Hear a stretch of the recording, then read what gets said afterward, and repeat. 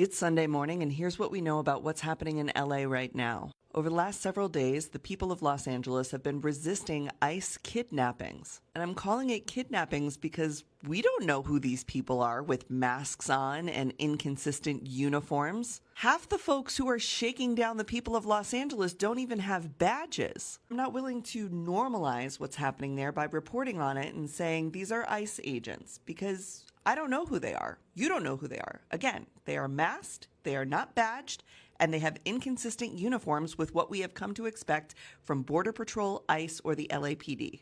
Now, if you remember from when I worked at the LA Times, we reported extensively on the corruption that is in the Los Angeles Police Department and especially the Los Angeles Sheriff's Department, so I am no friend of theirs. But even they were refusing to aid these ICE kidnappers in their mission. And even though things got very intense last night, the Sheriff's Department is saying that only one person was arrested. There were 2 fires that were put out, but there is no report of looting. No looting, no rioting, resisting. Though the President of the United States is saying that he's going to send in the National Guard and was even threatening to send in active duty Marines from Camp Pendleton to tamp down on what he was calling rioting and looting. While he was hanging out at the UFC fight last night, he thanked the National Guard for tamping down the rioters and looters.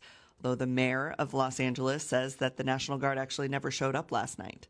And now communications from the White House say, well, the National Guard will be there in the next 24 hours, though.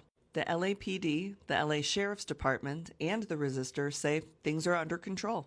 And as far as deploying active duty Marines to turn guns on civilians, my contact in the Marines says that they will not abide an unconstitutional or unlawful order. Also, Marines are not trained to tamp down civil unrest in American cities.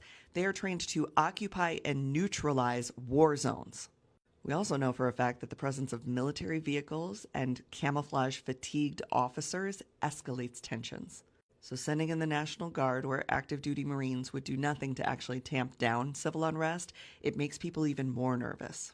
All things considered, what is happening in LA is exactly what democracy looks like. The people resisting authoritarianism and kidnapping. What we need to see now is states' rights in action. The governor of California, the mayor of Los Angeles, and other local level elected officials making sure that people's right to resist and protest is protected, while also making sure that the lead on civilian action is the local police departments. And they seem to be doing that. They seem to be working this out, as evidenced by the fact that only one person was arrested. No deaths, no rioting, no looting. So I'll let you know when we know more about this, but as far as things go in LA, I'm really proud of everybody.